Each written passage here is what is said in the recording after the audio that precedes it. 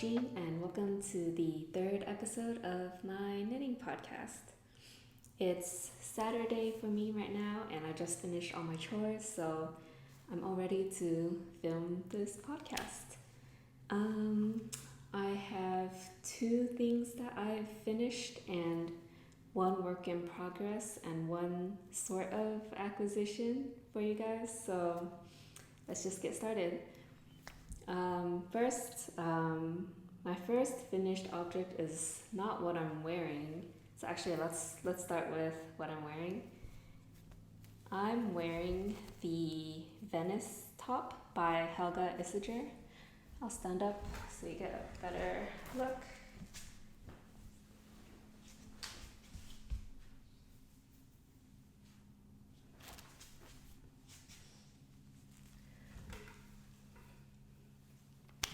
So this top I made sometime last year, I think in the summer, and it was actually made with leftover yarn.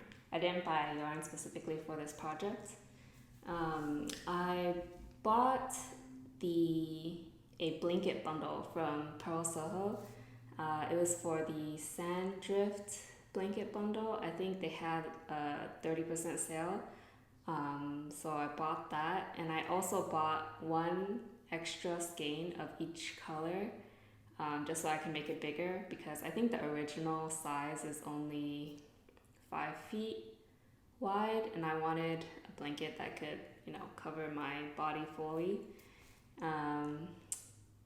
So after I finished that blanket, which by the way, I bought that bundle in August 2019, and it took me until I think December 2021 to finish. So yeah, that blanket took me 2 years to finish. It honestly kind of killed my knitting mojo, so I do not recommend if you're not a dedicated knitter already. That blanket, I also used that blanket to kind of switch over from English style knitting to continental knitting, so there's also a bunch of mistakes in it, but there was no way I was going to go back and fix it. And the blanket is knit with some kind of slip stitch pattern, so I had no idea how to ladder down on the stitches to repair them. That's why I had to leave all the mistakes, but there was no way that I was going to redo the blanket, so it is what it is. I think it still looks really cute. So after I finished that blanket, I had a lot of scraps left. I think the blanket is like a fade between a white to a dark gray, and in the middle is like browns and beiges. I think it's a fade of 5 colors, so I had a little bit of each color. Actually a decent amount of some of the colors that I had no idea what to do with. I was contemplating, making like a mini fade blanket, but I didn't think that would be very useful. And then I was browsing Isager. Is it pronounced Isier? Isier or Isager? I was browsing their website, looking at all the patterns they have, and I fell in love with this one. But I was looking at the yarn amounts required, and I didn't have enough of any 2 colors, because this pattern originally is just it should be one main color all the way around, and then one color for this color work. But I figured I might have enough if I did a split back, the front one color and then the back flipped, and I had almost exactly enough. I had like only a little bundle of each of the colors left, so that was supremely satisfying. I'm so happy with this scrap project. This one was knit in 2 pieces and bottom up. And yeah, these little are kind of round diamond details. They're knit using a series of color work and some slip stitches for the point on top. There's also some cute purl stitches that are incorporated in the pattern. I do recommend this pattern if you don't hate seaming and if you don't hate knitting flat. I think it's really cute. The fit is nice. The only thing is, you probably have already seen it. You can, if you're wearing a bra under, you can see the top of it. But if you go without, or maybe wear some pasties, that's not a problem. Yeah, very cute. I really like this top, and I think I'll continue wearing it a lot this spring, summer. Oh, one more thing about this yarn though. So this yarn is 65% organic cotton and 35% superfine alpaca. And when I first finished this top and put it on, I did find it the slightest bit itchy. But I don't know if my skin has adapted now, but it's perfectly fine. But if you're a little sensitive, it may not be the best idea. Yeah, just a warning. But I might, since this is a fingering weight yarn, I might buy some more to make some more spring summer projects. We shall see. Purl Soho always has sales going on, so I'll keep a lookout. And yeah, that's what I'm wearing. So let's move on to finished objects. And my first finished object is my work in progress from my last episode. It's my Regolith Hoodie. Hold it up.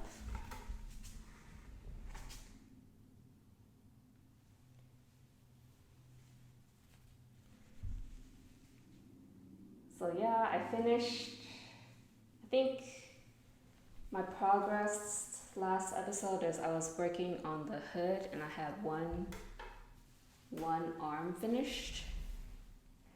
But yeah, it's all seamed and finished blocking. It took forever to block, by the way, probably because the yarn is so thick. So this is the Regolith Hoodie, and it's by the designer Kiyomi Burgin. The pattern is available in the Dharma Cosmology collection, so you do have to buy the book if you want the pattern. I'm not sure if they're going to release it as an individual pattern in the future. Sorry, one sec. I'm gonna put my jacket back on. I think it looks better.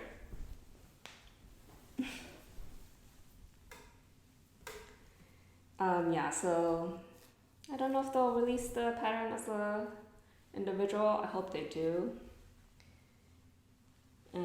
I knit this one in Noro Madara in the color sake, and that yarn is 60% wool and 30% silk and 10% alpaca. So I mentioned last time that I was worried I wouldn't have enough yarn to finish this, and I did end up running out of yarn. After I finished the hood and made the string, the last thing I had to do was the other arm, and I ran out of yarn about, I think, here on the arm. So yeah, it wasn't too far off, but it wasn't that close either. So I didn't feel like I could scavenge yarn from other parts of the sweater, especially because it was knit bottom up. So I decided to just buy another skein of the yarn. And luckily, yarn.com, they did have the same lot for this color. So thank goodness for that. Also, I just checked their website today just because I was looking up the details of the yarn, and they don't have any more skeins of Madara, so I'm really glad I snatched it up when I did. Well, they don't have any more skeins of the sake color. Yeah, so I feel pretty lucky that I was able to finish. So in total, it did take me 6 skeins of yarn, but I have like 80 grams of the last one. I definitely could have sized down. I knit a size medium for this one because I was looking at the photos, the model photos, and the models are quite petite, and the oversized one looked really cute on them, so I wanted to get that look as well. I think the fit turned out pretty nice. It's a little cropped, which I like, and the sleeves they go maybe up to here, which I also like for oversized sweaters, hoodies, so I'm pretty satisfied with that. So about the construction of this, I did go over a little bit last time, but it's knit in panels. So first you knit the front panel bottom up, starting with the rib and then doing these lace repeats every few rows. It's a 4-row lace repeat, very easy to memorize. So you do the front, you do the back, and then you do the sleeves, which are also bottom up to match the lace pattern. And then you pick up stitches for the hood, and along the way you're knitting extra so that you can seam down this casing later on, so you can slip this drawstring through. This drawstring, by the way, you can't tell right now, but I knit it. Yeah, I'll undo it. I knit it way long. I know I can easily undo it, but I'm kind of lazy, and I think it kind of looks cute as a little bow tie, so I'm gonna leave it.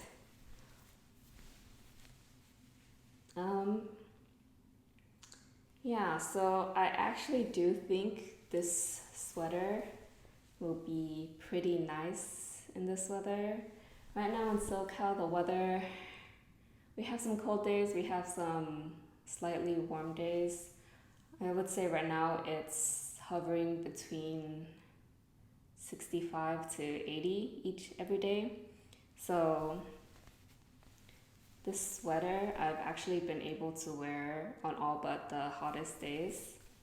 The holes, obviously, when I'm walking outside, I can actually feel the breeze coming through.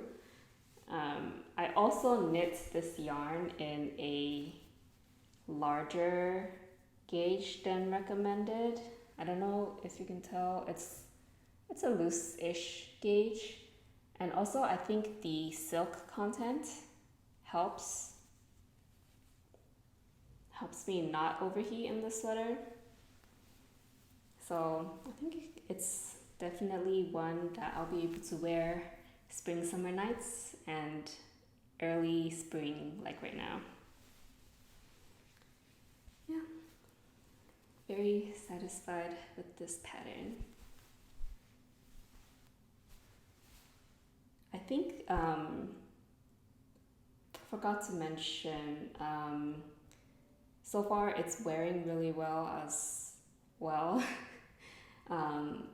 So this is my second experience with Noro yarn. My first experience was using their Noro Silk Garden Sock Solo in my sweater number 14 v-neck by My Favorite Things Knitwear. So that one I held with a strand of mohair, so naturally it wears very well. This one, my second time using Noro yarn, and well, obviously I just finished, so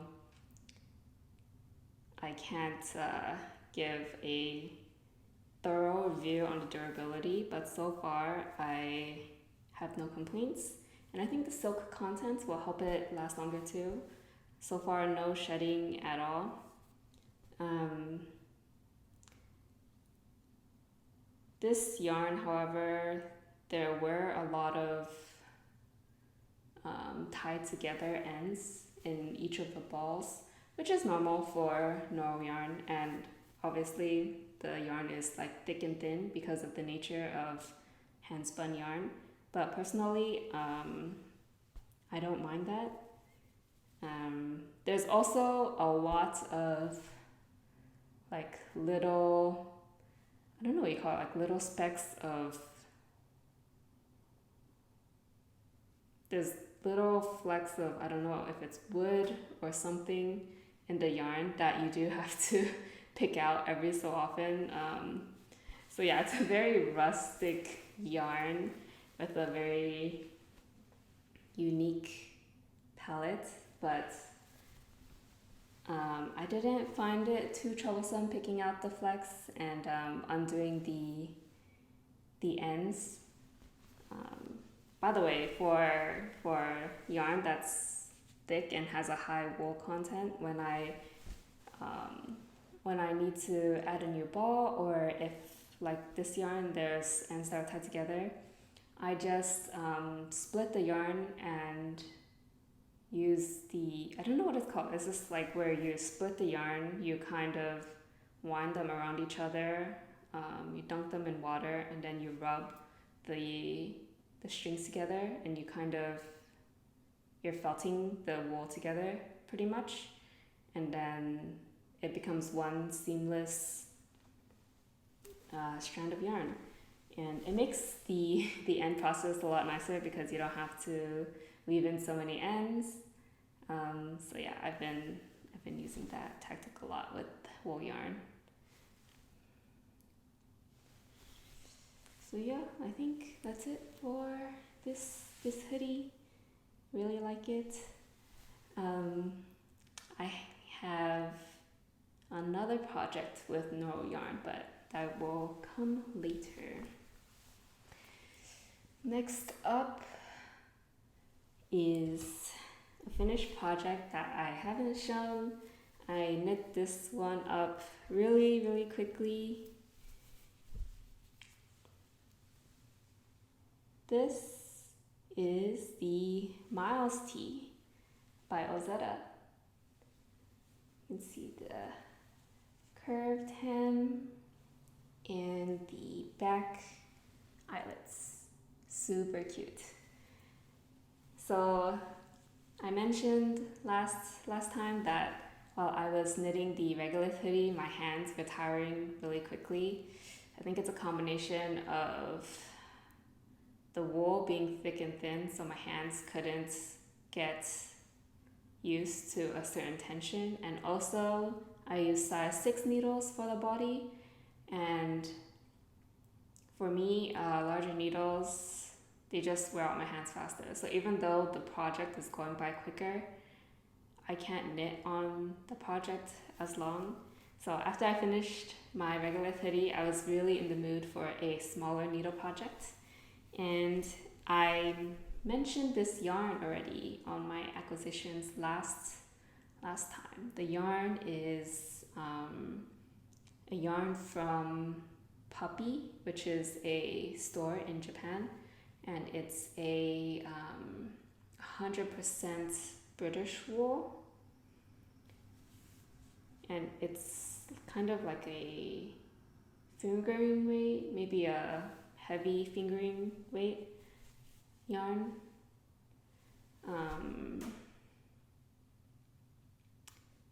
The original pattern, I think for the body, it calls for 3.5 millimeters and 3.25 for the ribbed edges, but I sized down. I knit the body with 3.25 and the ribbed edges with 3.0. Now the yarn, the original yarn, I think the needle size they recommend is, it's a Japanese knitting needle size, which when translated to millimeters is like 3.3. So I'm right at the good, right there. Anyways, when I was knitting the swatch, first I tried 3.5 with this wool, and I hit gauge actually, but I wasn't super confident about the fabric. It looked a little holey to me. So I knit another swatch with 3.25, and there the gauge I got was 1 stitch off, but I did like the fabric better. I'll give a close-up so you can see the fabric. So it's not super tight, but it's also, it still has a nice drape to it. Yeah, I'm losing my train of thought.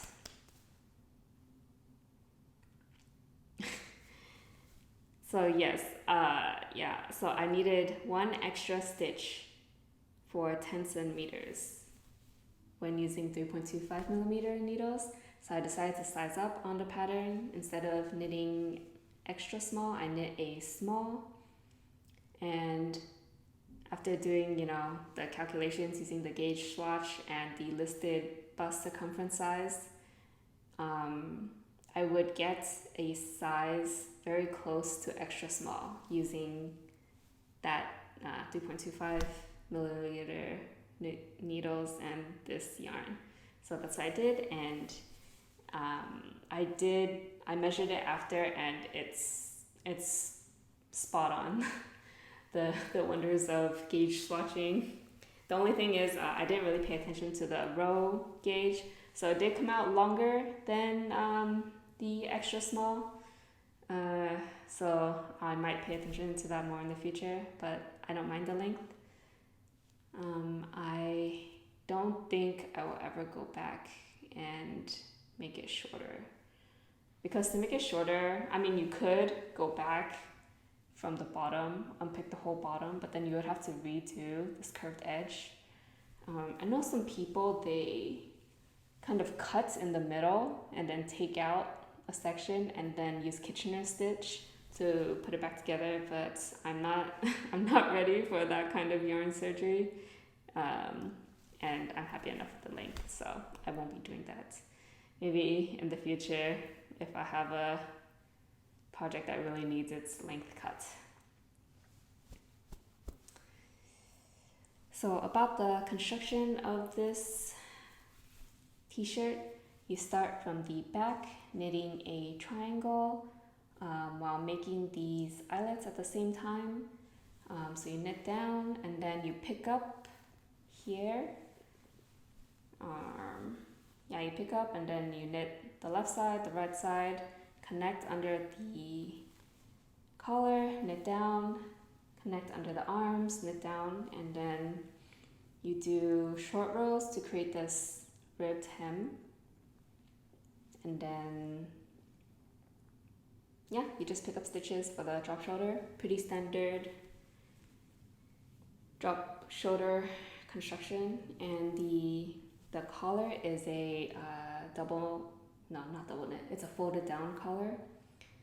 And it has the purl stitch at the top of the collar to make it lie down. This is my first time doing it. I was skeptical, but I think I like it. I don't know. I think I do want to go back and put a elastic in here too, preventatively. Not like it's stretched out yet, but I think it's better to put in the elastic before it actually stretches out. So what drew me to this pattern first were these eyelets. Ozetta has, as her main project photo, her facing to the back and then one shoulder near the camera, and it has these beautiful eyelets exposed, and that drew me in. When you're knitting the eyelets, the pattern tells you to knit them really loosely in order to give them enough definition, and I tried to do that, but I'm not sure. I mean, you can definitely see the eyelets, but it looks like the one side of them is smaller than the other. It's the same on both sides. So at least I have that. It's symmetrical. It's still cute, but yeah, if I could do it, I would make it extra loose. When blocking it too, I did try to stretch the eyelets as much as I could. Before blocking, these eyelets were not showing at all. So this is definitely a project that needs to be blocked. Because the hem also, before blocking, the fabric, oh, you can kind of see it still, but the fabric bunches up here because of the short rows, so you do need to block it flat in order for it to lay nicely. Yeah, this is not one of those projects where you can skip blocking for sure. But I think the curve of this hem is just so elegant. I love how it was done. Oh, by the way, this shirt, it finished blocking in one day. Normally I put my, my blocking mats and my projects that are drying in a room that I don't often go to, so I'm not constantly poking and prodding it, checking when it's done. I kind of try to put it out of mind so the wait seems shorter. But for this one, I checked the next day and I was shocked to see that it was completely dry, especially because with the hoodie, I think it took a whole week to dry. And even when I just picked it up in the end, even when I stopped drying it, it was still slightly damp, and I decided to just air dry it while wearing it around the house. So yeah, that was a really nice surprise. I think it's because of the thinner yarn. Is that how it works? That's my theory. But yeah, this shirt, it just flew off my needles. I think because I do love knitting on size 3, size 3.25, size 3.5 needles. I think that's the perfect range for me.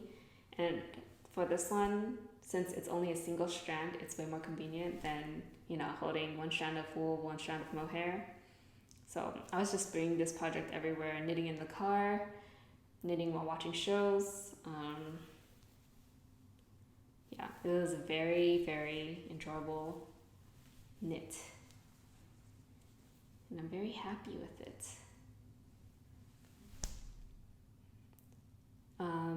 One thing to note though, however, so obviously because you have these eyelets on the shoulder, if you're wearing a bra, you will see a strap go through the back.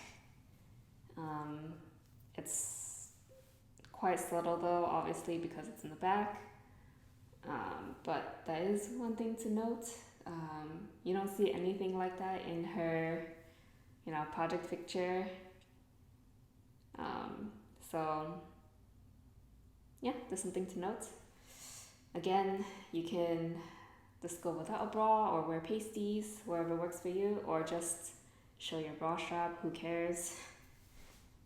And yeah, really like this shirt. This is my second pattern by Ozetta, and so far her patterns have been very clear, easy to follow. Is there another pattern of hers that I was thinking about?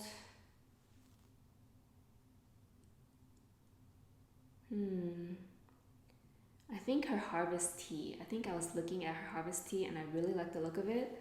The problem is I have like a store-bought tee that looks very similar, and the shade is bang on the shade that she has as her project photo, so I don't think I'll be making that. Yeah, I don't think I'm gonna knit any more of her projects for now, unless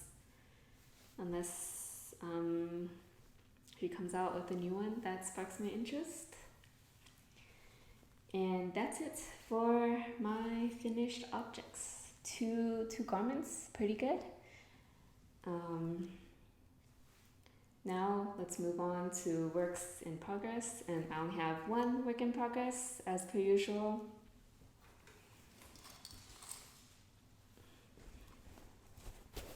This is my project bag. is from the Muji store when I visited New York.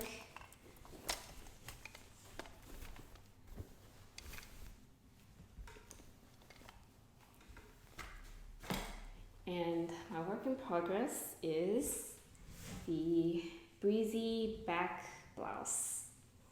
Oh man, it looks so crumpled. Yeah, Breezy back blouse by Wool and Beyond. I think her name is okay, you know what? I don't want to say it. I'll put it down below. But her Instagram name is Wool and Beyond, and it's the Breezy back blouse. And so the yarn I'm using, I also showed this yarn in one of my podcasts already.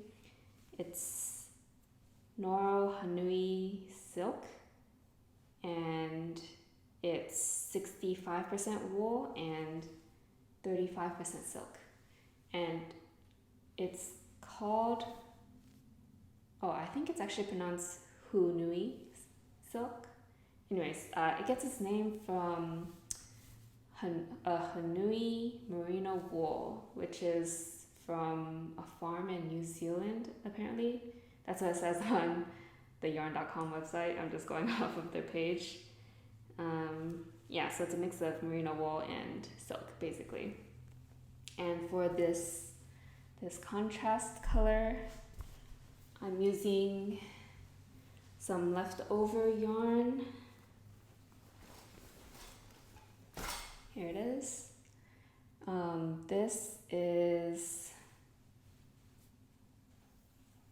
leftover yarn. It's Purl Soho Good wool, and it's a sport weight yarn. I think it's 100% wool. Yeah, 100% Andean Highland wool, and it's undyed, and the color is walking stick. Oh, and the color for this Hanui silk is color 107. And by the way, all the colors of this Hanui silk are all neutral colors. I think this is the lightest color, and then it goes into shades of darker shades of beige, and I think the darkest color is like a charcoal, but they're all like slightly variegated like this. I really love the slight variation of this yarn. It gives the hint of the classic Noro stripes, but it's not too much contrast. I actually do want to try one of their more heavily striped and contrasted yarns. I did see this one cardigan. I'm getting distracted, but I saw a cardigan on their Instagram a while ago. It was so freaking cute. It was like red, orange, dark brown, and white stripes. I think I have to make that one. Maybe this fall. But anyways, this gives the hint of stripes, and I really like it. The darker colors are more heavily contrasted, but I wanted low contrast, so I got this one. And I think this brown yarn matches really well with it. I think it'll be super cute. So this blouse has a really cute design in that it has a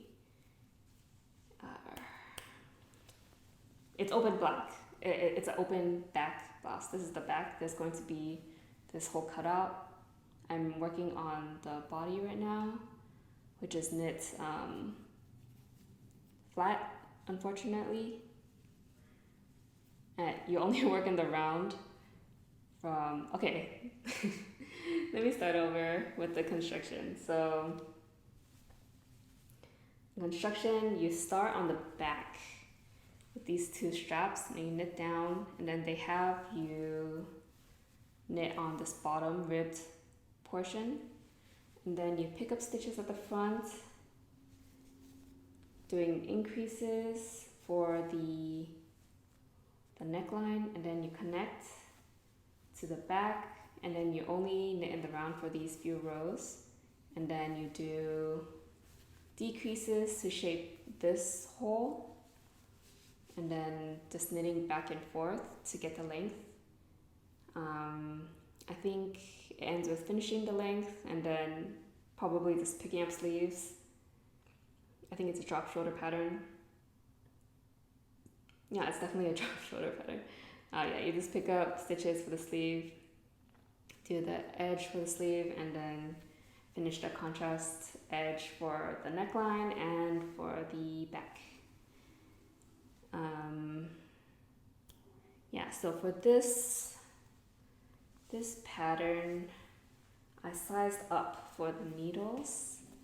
I'm using 5.0 for the body and 3.5 for the ribbed edges. One interesting thing to note, the original pattern, it actually calls for wool and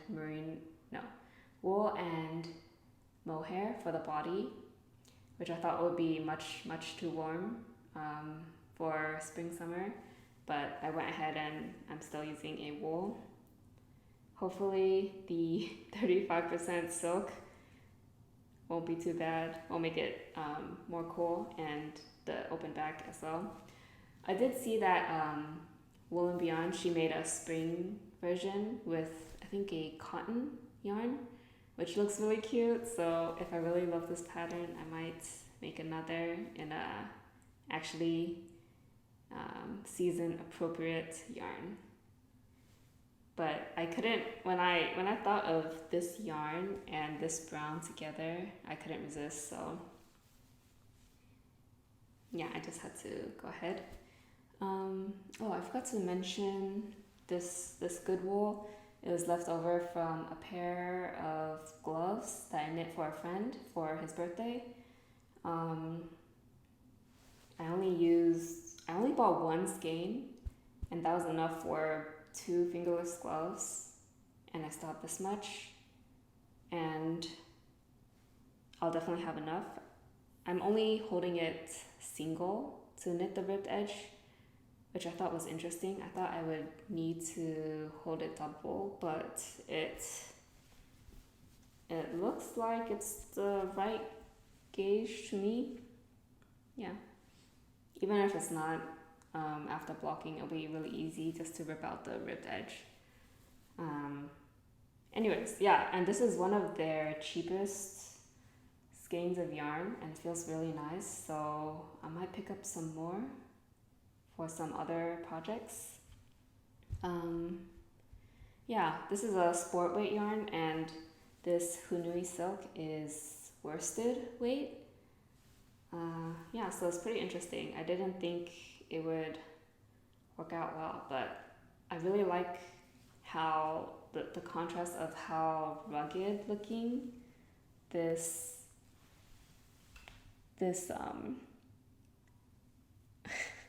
how rugged looking the body is, and how neat the ribbed edge looks. Yeah,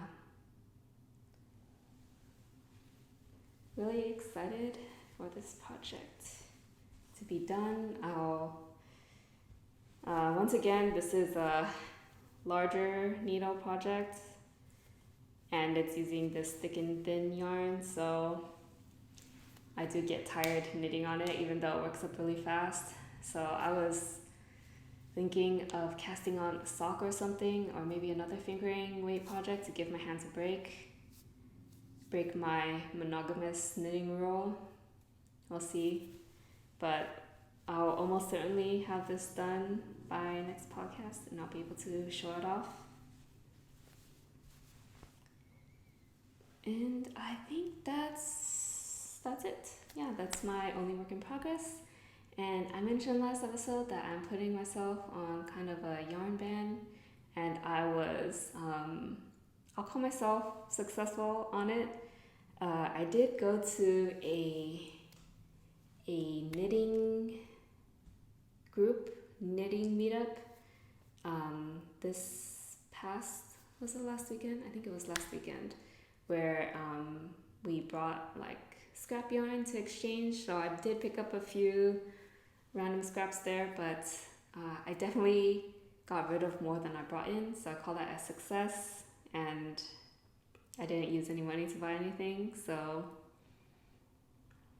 I'll let myself off the hook for that one. Um, that was my first time joining a knitting meetup, and I was really nervous going into it because, I didn't know anyone there, and I'm actually I do have social anxiety. But everyone was really sweet. I had a lot of fun. I just sat there for 3 hours knitting. I was knitting on the mouse tee at the time, and I was on the body, so I could just keep going, keep plugging along while chatting with people and not even look down. So that was really nice.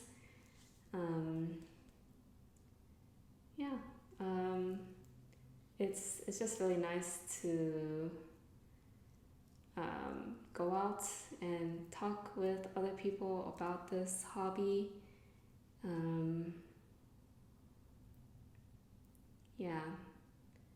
I did find that there's something I noticed about myself. I do find it really hard to talk about myself, like give any personal stories or anything. It seems like I really admire like everyone else. It seemed like everyone else was able to, keep the flow of conversation going very easily, like bring up points of interest or give stories about themselves. I don't know. It's something that I definitely need to work on. So hopefully doing these podcasts will will help. I don't know. Anyways, I'm working on that aspect of myself for sure. Okay, one more thing. It's not really an acquisition, but it's tangentially related to knitting. So my mom came back from a trip to New Zealand recently, and this is the souvenir she got for me. It's I'm I'm shooting in selfie mode, so I think it's flipped. Whoops. Anyways, it's just some moisturizing cream with lanolin in it, and it has a cute little picture of a sheep on the cover. When she gave it to me, I was like, oh, lanolin. I know that word. It's on my wool wash.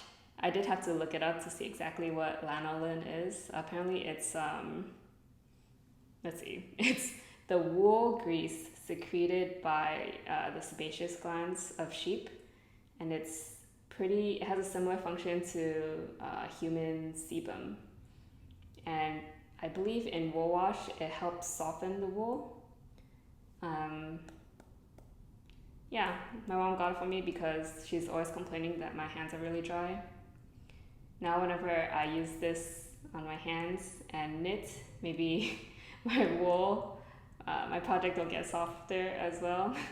I was kind of hoping she would bring me back some yarn and from her trip. I didn't ask her to because I didn't want to intentionally bring in more yarn, but if she happened to bring me back some herself, I could kind of feel like, oh, whoops, it's a gift, it doesn't count, it's not my fault.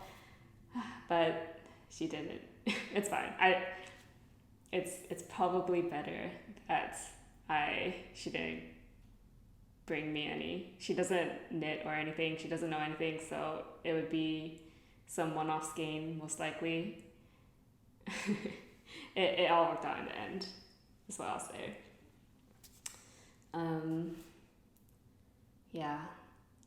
I feel like I'm getting shopping withdrawal already.